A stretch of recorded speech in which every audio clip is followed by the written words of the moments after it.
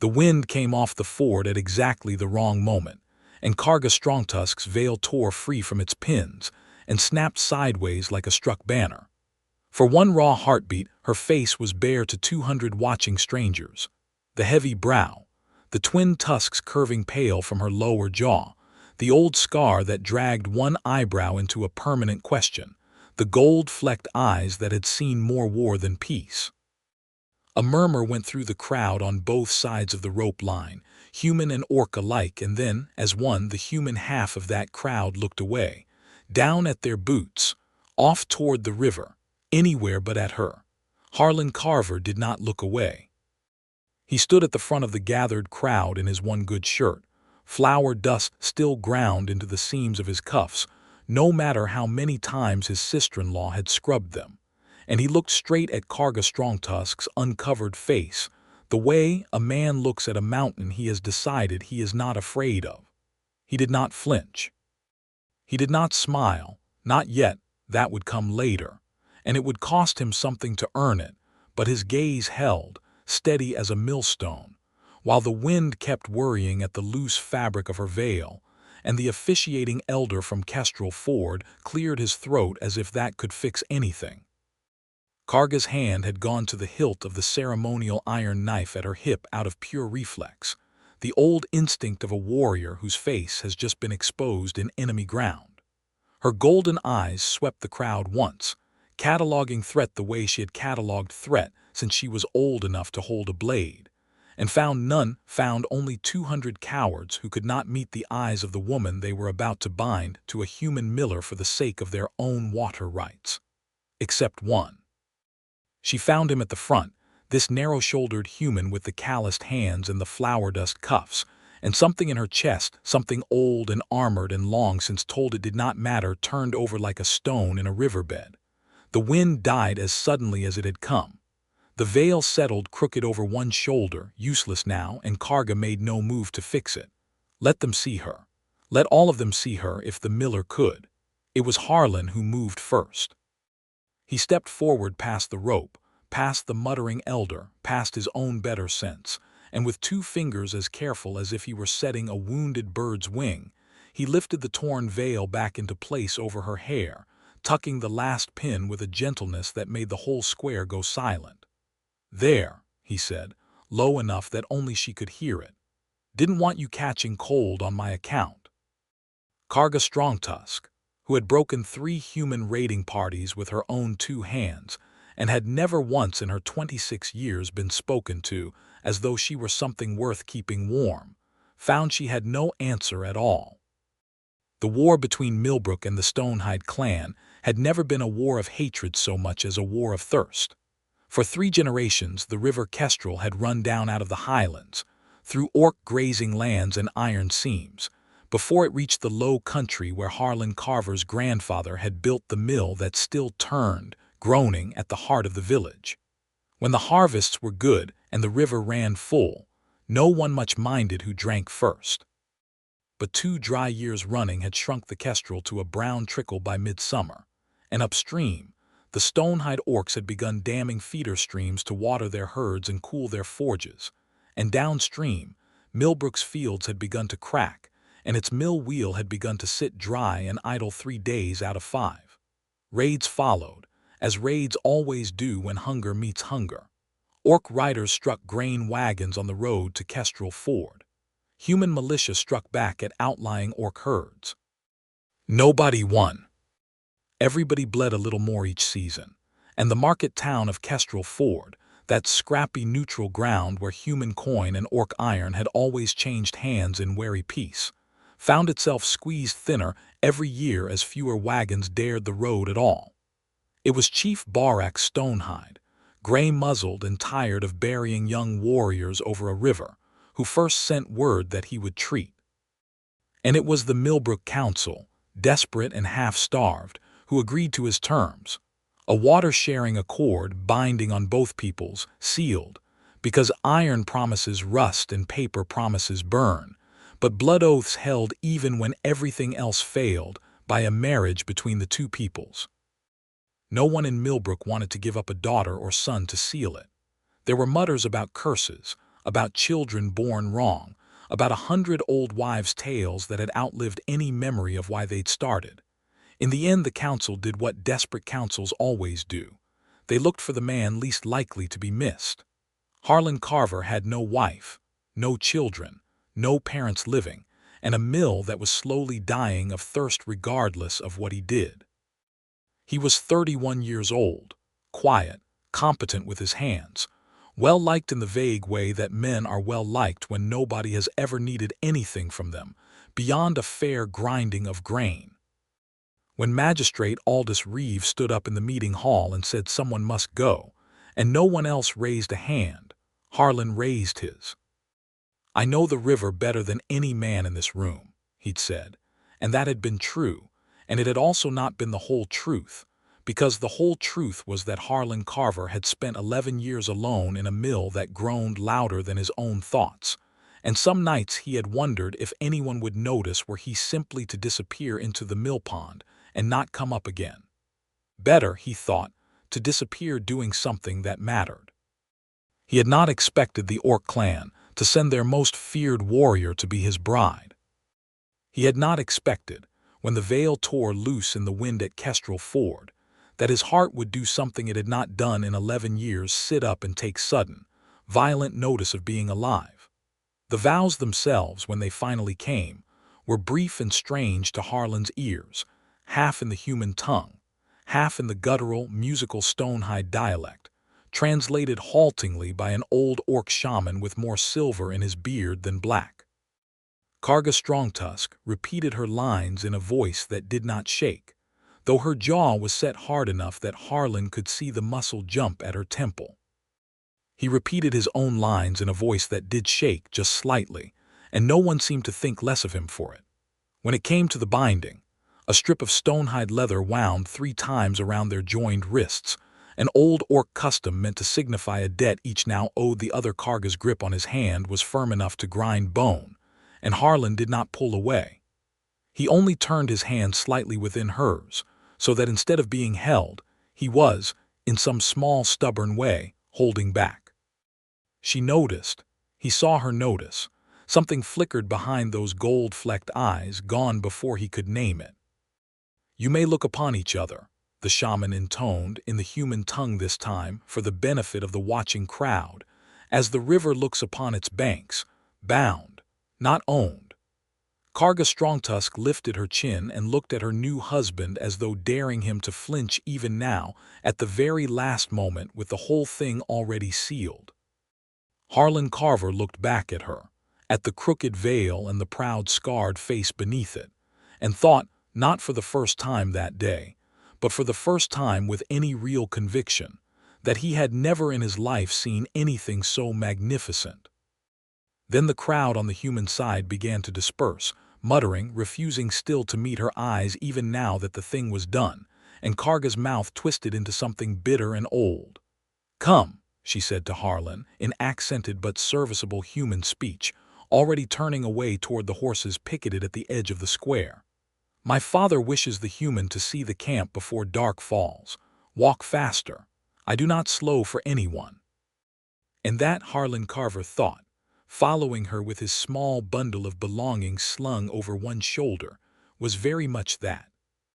The ride into Stonehide territory took the better part of a day, up out of the low brown country and into hills studded with granite and dark pine, and Harlan spent most of it learning, with some alarm, that he did not know how to ride at all.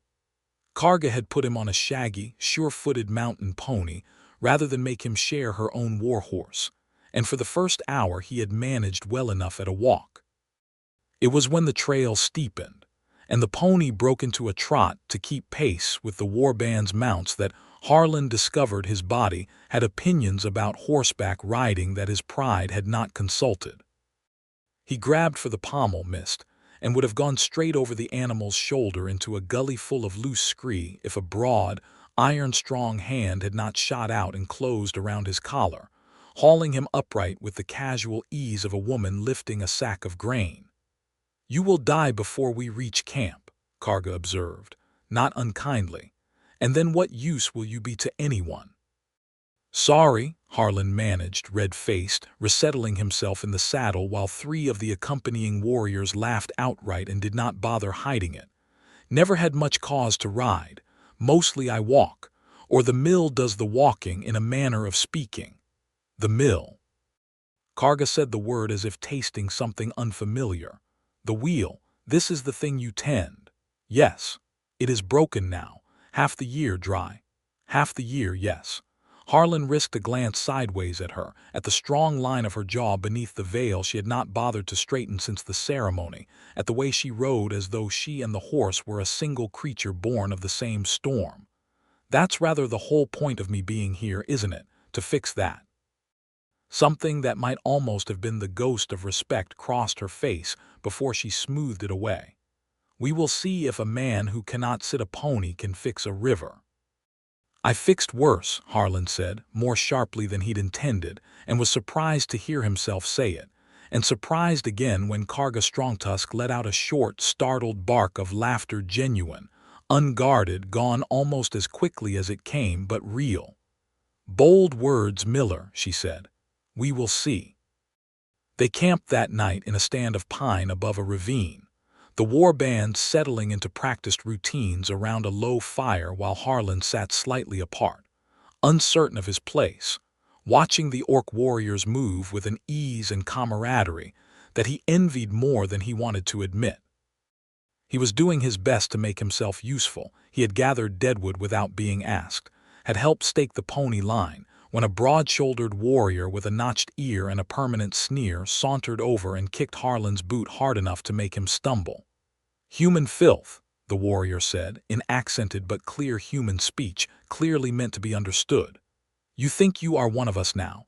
You are a leash on Karga's neck, a debt her father owes to weakness.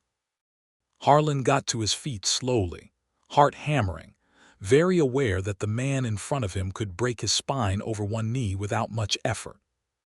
I don't reckon I asked to be anyone's leash, he said, keeping his voice level with an effort that cost him more than it showed. I came to fix a river that's killing my people, same as it's like to be starving your herds dry up here too, if I've read the land right on the ride up. Seemed to me that might be worth a man showing up for, even a slow one on a horse. The warrior Drog, though Harlan would not learn his name until later, spat into the fire and opened his mouth to say something further, but a voice cut across the camp like a lash. Drog. Karga Strongtusk had risen from where she sat at the edge of the firelight, and though she had not raised her voice much beyond that single word, every warrior in earshot went still. He is under my binding, she said, walking forward with the unhurried certainty of a woman who has never once had to ask twice for anything. You lay a hand on what is bound to me. You lay a hand on me. Is that a debt you wish to collect tonight? Drog's jaw worked. He was bigger than Karga by half a head and outweighed her by perhaps 30 pounds of muscle, and every line of his body said he knew it. But something in her stillness made him think better of testing it. The clan did not choose this, he said instead, lower but not backing down entirely. You did not choose this. Your father sold you to end a war he was too old to keep fighting. My father, Karga said, made a peace that will let our children's children drink from that river without dying for it. If you wish to argue with him, argue with him. Until then, you do not touch my husband. The word landed strangely in the cold night air. My husband, said with the flat, dangerous certainty of a claim staked rather than a fact merely reported. And Harlan felt it land somewhere under his ribs with a warmth he had not expected and did not entirely trust himself to name. Drog backed away first, muttering something in the Stonehide tongue that made 2 of the older warriors chuckle darkly, and the camp settled again, though Harlan noticed no one quite met his eyes for the rest of the evening. Later, when the fire had burned low and most of the war band had rolled into their furs to sleep, Karga came and sat beside him, not close, but closer than duty required, and for a long moment neither of them spoke. You should not have answered him, she said finally. Drog has killed men for less insolence than you showed him. Didn't seem right letting him talk that way and saying nothing. You are not a warrior. No, Harlan agreed. I'm a miller. but even a miller's got some pride he can spend when it matters." He glanced at her. "You didn't have to step in either, could have let him say his piece." Karga was quiet for a moment, studying the coals. "You looked at me," she said at last, "when the wind took my veil. Every human there looked away as though I were something shameful to be seen. You did not." "Wasn't shameful," Harlan said simply.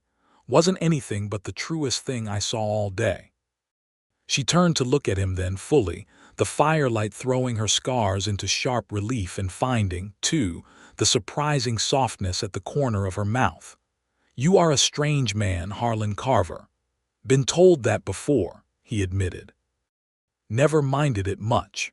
Karga Strongtusk reached out slowly, as though testing whether he would flinch the way the crowd had flinched, and traced one blunt-nailed finger along his jaw, tilting his face up toward hers.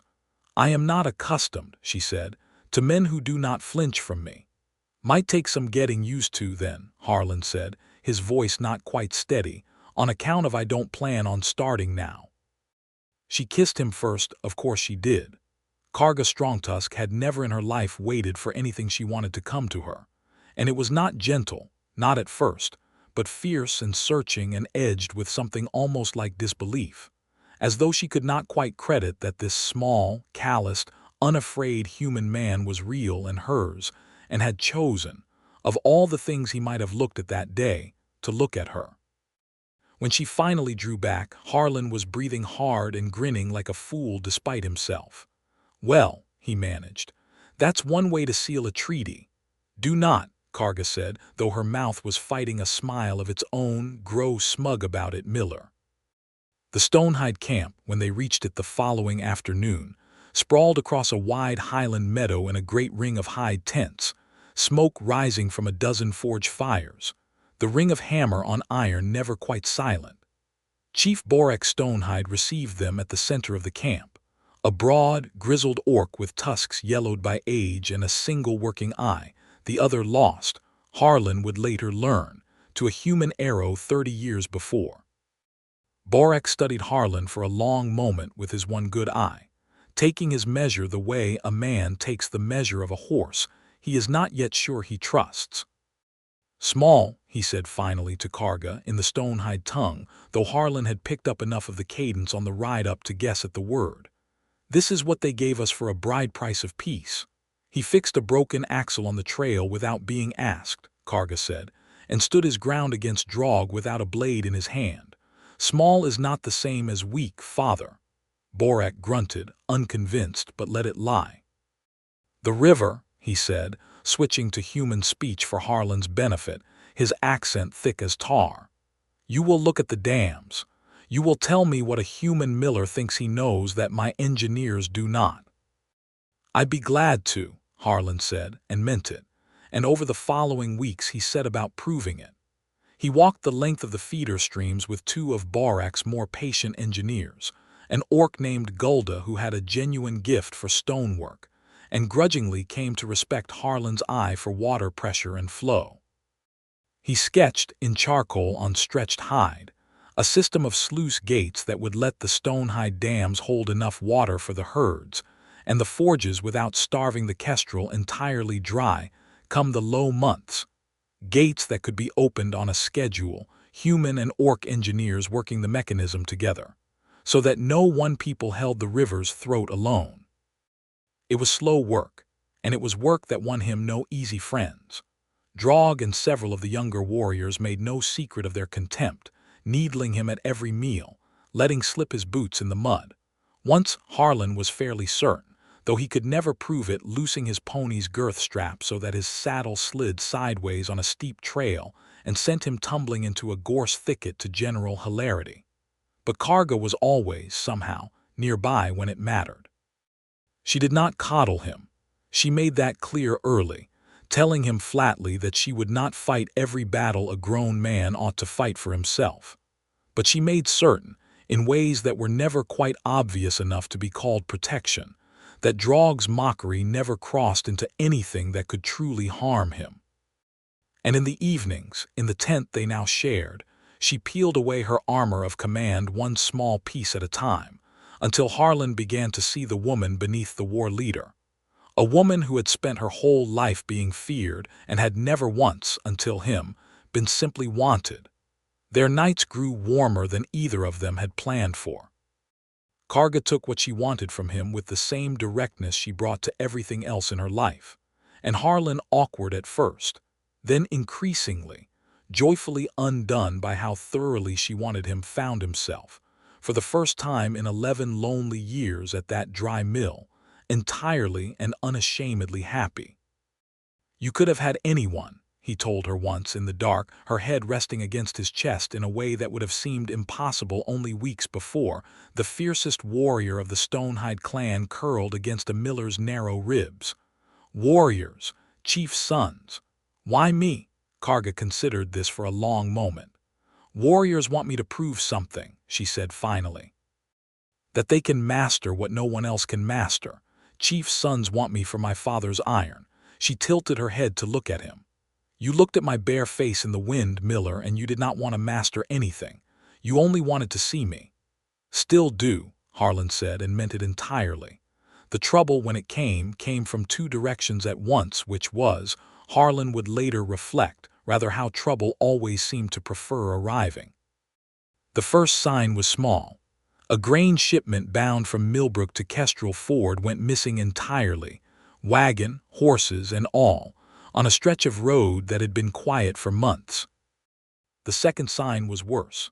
3 Stonehide herders were found dead near a feeder stream, their throats cut in a manner meant to look like human blade work, though Harlan, examining the wound at Karga's insistence, was fairly certain the cut pattern matched no human hunting knife he'd ever seen. "Someone wants this piece to fail," Karga said grimly, standing over the herders' bodies in the gray dawn light, her jaw set hard. "Someone on both sides, perhaps, working together."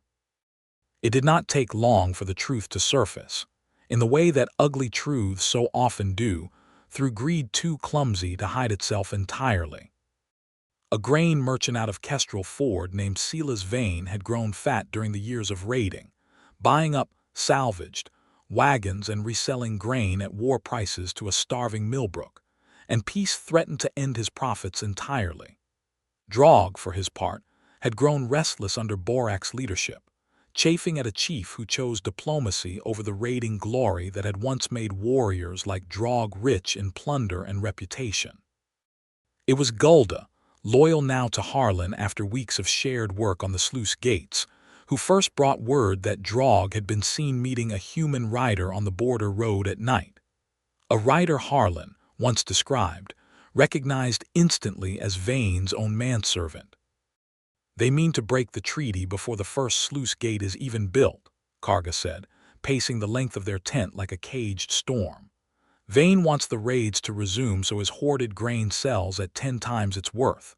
Drog wants a war he can win glory in, and my father's throne besides, if the peace collapses, and he can claim Borak led us to ruin." "Then we stop them," Harlan said, "before they can do more than kill a few herders and steal a wagon." "You," Karga said, turning to look at him with something fierce and frightened both at once, an expression he had never seen on her before, "will stay here where it is safe, while I deal with this." "No," Harlan said, and though his voice was quiet, there was iron enough in it now to make her blink. "I've spent my whole life being the man who stays where it's safe, Karga. I'm done with that. Whatever's coming, I mean to stand in it with you." She looked at him for a long moment, something working behind those gold-flecked eyes. Fear. He realized with a start, fear for him rather than of anything else, before she nodded once sharply and reached out to grip his forearm hard enough to bruise. "Then you will stand where I tell you to stand," she said, "and you will trust me when the moment comes to know what needs doing." "Always have," Harlan said, and found to his own surprise that it was entirely true. The market day at Kestrel Ford, 3 weeks later, was meant to be the first true test of the new water treaty. The first day, in living memory, that orc traders would bring iron and hides down to the border stalls under the open banner of peace rather than the wary armed truce of old, and human merchants would meet them there without militia at their backs. Chief Borak came himself, with Karga at his right hand and Harlan a half step behind her, to stand as living proof that the bond held. It should have been a triumph. For the first hour, it nearly was hesitant human traders approaching orc stalls of worked iron and tanned hide, orc herders eyeing bolts of woven cloth and sacks of milled grain, with a curiosity long buried under years of raiding. Children of both peoples, braver than their parents, staring at one another across the market square with wide, uncomplicated eyes. It was Drog who shattered it, striding into the square with a dozen warriors loyal to him at his back, and Sila's Vane's men, a rougher, harder-eyed crowd of hired blades, filtering into the crowd from the opposite direction, boxing the market square between them like a trap closing. The human miller poisoned the grain shipment from the eastern mill, Drog announced, loud enough to carry across the whole square, holding up a sack of grain that Harlan recognized with a lurch of horror as coming from his own mill's stores. 3 herders dead from eating it. This is the peace the humans offer us: poison and lies, and a warrior sold like a brood mare to hide their treachery. A roar went up from the assembled Stonehide warriors, uncertain and angry, and Harlan saw human traders backing toward the edges of the square, hands going to knives, the fragile morning's peace curdling into panic in the space of a single breath. "That is a lie," Karga said, stepping forward, her voice cutting across the noise like a blade drawn from its sheath. "The herders died of a blade wound, not poison, and you know it, Drog, because you cut their throats yourself." "Careful, sister," Drog said, and there was no warmth left in the word at all now. "Careful how you speak treason against your own clan, married as you are to the enemy who arranged their deaths." "He did not arrange anything," Karga said. "You did. With Vane's coin in your pocket and a chieftain's chair in your sight." The square had gone utterly silent now, human and orc alike frozen between the two factions, and Harlan felt his pulse hammering so loud he was certain everyone could hear it. Drog's hand went to the great curved blade at his hip. "Then let the accusation be settled the old way," he said, "blade to blade, and let the clan see who's claimed the gods' favor." "Gladly," Karga said, already reaching for her own weapon. It was Sila's Vane, watching from the crowd's edge with cold calculation, who ruined Drog's plan of a fair duel before it could even begin. Because a fair duel between Drog and Karga was a duel Drog stood a real chance of losing, feared as she was even among warriors twice her size, and Vane had not paid good coin for a fair fight. At his signal, one of his hired blades, a rangy, scarred man near the front of the crowd, drew a short, wicked-looking crossbow from beneath his coat and leveled it not at Drog's rival, but straight at Karga's exposed back as she turned to face her challenger. Harlan saw the crossbow come up. He had perhaps half a second to think, and in that half-second every calculation his life had ever taught him: stay small, stay safe, let braver people do the dangerous things, burned away to nothing at all. He threw himself across the space between them and put his own body between Karga Strongtusk and the bolt. The impact took him high in the shoulder, a white-hot punch of pain that dropped him to his knees in the dust of the market square. And for one terrible, floating moment, the whole world went distant and gray at the edges. He heard Karga's voice, a sound he had never heard from her before, raw and cracked wide open with something too large for a warrior's disciplined heart to contain, screaming his name across the square. "Harlan!" She was on her knees beside him before the crossbowman could reload, one massive hand pressed hard over the wound in his shoulder, her whole body curved protectively over his, as though she meant to shield him from the very air itself. Around them, the square had erupted into chaos, human traders scattering, orc warriors surging forward uncertainly, Chief Barak roaring orders that no one seemed quite able to hear over the din. But Karga's world had narrowed to the man bleeding beneath her hands. "You fool," she said, and her voice broke on the word. "You utter, reckless fool, that bolt was meant for me. Wasn't going to just watch," Harlan managed through gritted teeth, the pain a distant roaring thing he was trying very hard not to let pull him under. "Told you, done being the man who stays safe." Karga made a sound that was half a sob and half a furious growl, and then she rose, leaving him for only a moment, and only because the fight was not yet finished, and turned on the crossbowman with a speed that gave him no chance to reload a second bolt. She closed the distance in 3 strides and struck the weapon from his hands with the flat of her blade before he could so much as raise it, then drove her elbow into his jaw hard enough to drop him where he stood. Draug, seeing his hired ambush unravel, made his own desperate lunge, not at Karga now, but at Harlan, still bleeding in the dust, clearly calculating that killing the human outright would at least salvage some chaos from the ruin of his plan. He never reached him.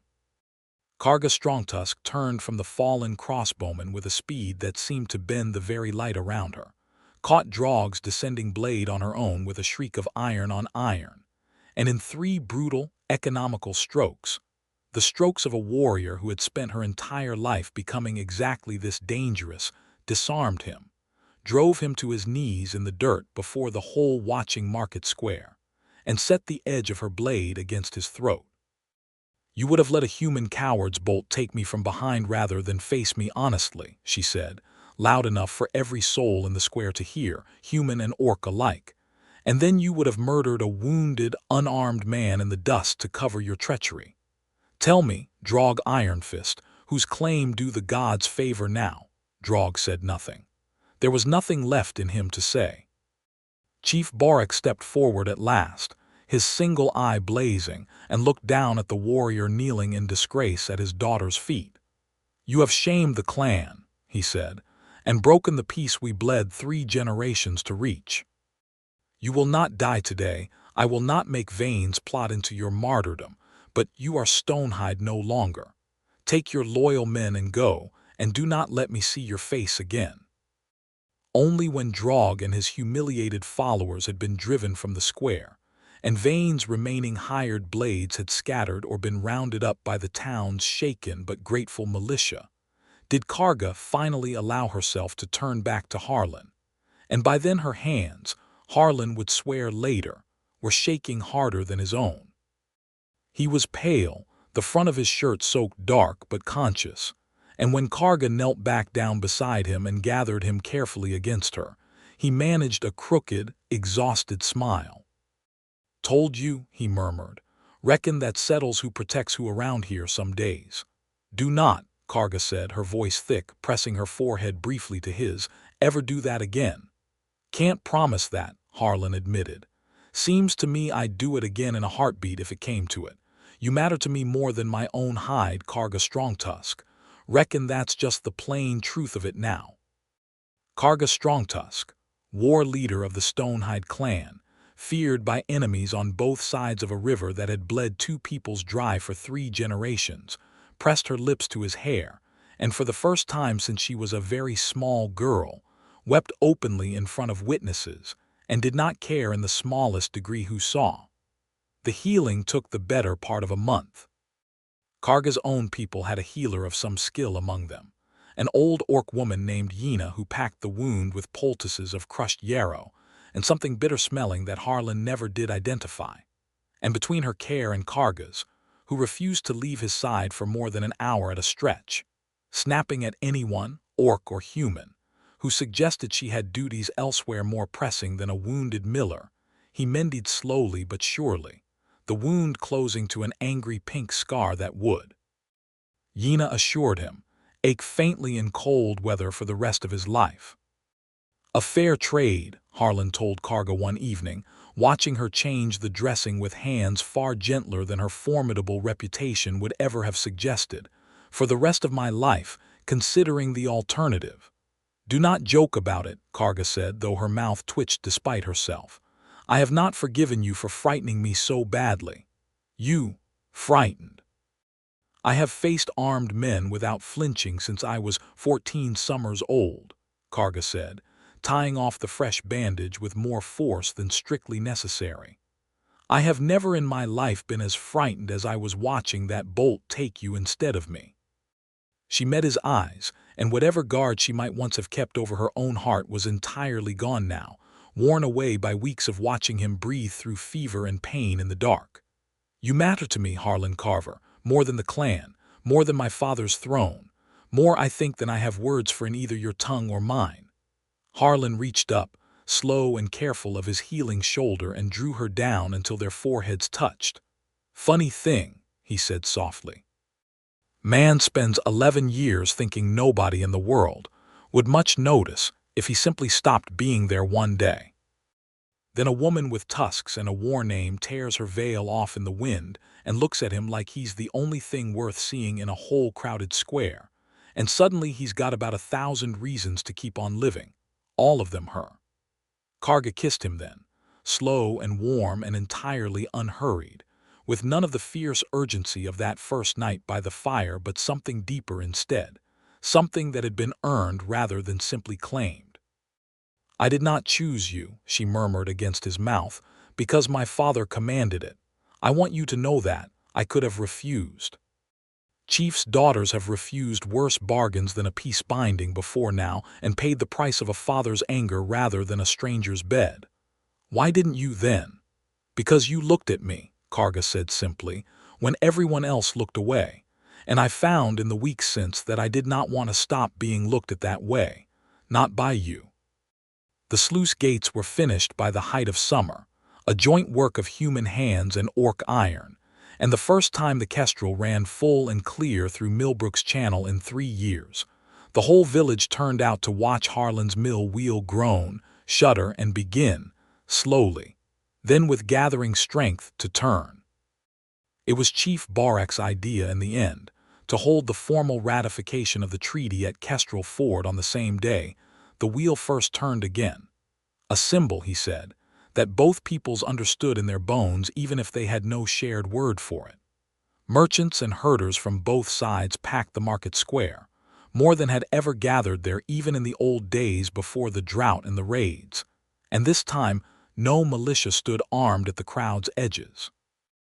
This time children ran freely between orc wagons and human stalls, and old rivals traded jokes over sacks of grain and bolts of dyed cloth, and the tension that had once hung over every meeting between the two peoples had thinned, if not vanished entirely, into something that might yet, given years, become simple neighborliness. Karga stood at the center of it in the same fitted leather wedding dress she had worn on the day the wind first tore her veil away. The deep, oiled hide dyed a rich earthen red, cinched close at the waist with iron clasps shaped like river stones, the skirt cut short enough for a warrior to move freely and long enough to be unmistakably a bride's finery. She had brought the veil with her, folded carefully in a saddlebag, and for a long moment, standing before the assembled crowds of both peoples with Chief Barek on one side and Magistrate Aldous Reeve of Millbrook on the other, she simply held it in her hands. "On the day I was bound to this man," she said, her voice carrying clear and strong across the square in careful, deliberate human speech so that every soul present could understand her, "the wind tore this veil from my head, and every human in that crowd looked away from my face as though I were something shameful to be hidden. Every human but one." She turned to look at Harlan, who stood beside her in a new shirt his sister-in-law had finally managed to keep flour-free for one whole afternoon, and something in his chest went tight and warm at the open, unguarded love in her gold-flecked eyes. "I will not wear this again," Karga said, and let the veil fall to the dust of the market square at her feet. "I am not ashamed of my face, and I have found there is no longer any need to hide it. My husband looked at me once in the wind and saw a woman worth choosing. I have chosen him back every day since with my whole heart, and I mean to go on choosing him in the open before both our peoples, for as long as I have breath to do it." The silence that followed lasted only a moment before it broke, not into the awkward, embarrassed muttering of the wedding day months before, but into something Harlan had genuinely never expected to hear in that square. Applause, ragged and uncertain at first among the human traders, then swelling as orc warriors took it up in their own fashion, striking spear butts against the ground in a rolling thunder of approval, until the whole market rang with the sound of two peoples who had spent 3 generations at each other's throats making, for one bright afternoon at least, something that felt very much like a single celebration. Harlan reached down and took Karga's hand, right there before all of it, and lifted it to his lips. "Reckon I ought to tell you," he said, loud enough that those nearest could hear it, grinning despite the sudden thickness in his throat. "I've been the only guest at a good many weddings who didn't look away from something worth seeing. Turned out to be the best decision I ever made in my whole life." Karga Strongtusk, war leader of the Stonehide clan, laughed, a full, unguarded, joyous sound that carried clear across the market square and startled every gull on the river into flight, and pulled her husband in against her, heedless of the crowd, and kissed him soundly in the bright summer sun. Behind them, the mill wheel turned steadily on, fed at last by a river two peoples had learned, at terrible cost and through the stubborn, unlooked-for love of a miller and a warrior who had refused to look away from each other, to finally share. The market went on long into the evening that day, torches and lanterns lit against the coming dark, human fiddle music tangling companionably with the deep drum song of Stonehide's celebration. And somewhere in the warm heart of it, Harlan Carver danced badly and happily with his wife, who did not care in the least that he had never learned the steps, only that his hands were steady on her waist and his eyes, always, only ever on her. They walked home together that night along the river bank, the kestrel running full and silver under the stars, the mill wheels steady turning audible long before the village came into view. Karga slowed as they reached the mill house, looking up at the old stone building with something like wonder. "This is truly the heart of your village," she said. "I did not understand it at first. A wheel turning water into flour. It seemed a small thing to have built a marriage upon." "Wasn't the wheel we built the marriage on," Harlan said, drawing her hand into his as they climbed the porch steps together. "That was just the excuse the world needed to put us in the same square on the same day. The marriage we built ourselves, one stubborn, unlooked-for day at a time." Karga considered this, and then smiled a real smile, warm and unguarded, the kind she had learned to give only him, only in the months since a gust of border wind had stolen a veil and given her, instead, a life she had never thought to want. "Then let us go on building it," she said, "for as many days as we are given."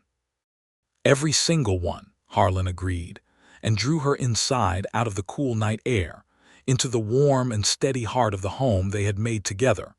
No longer captor and captive, no longer treaty and tribute, but simply, at long last, two people who had chosen each other in the open and meant to go on choosing each other for the whole of their lives.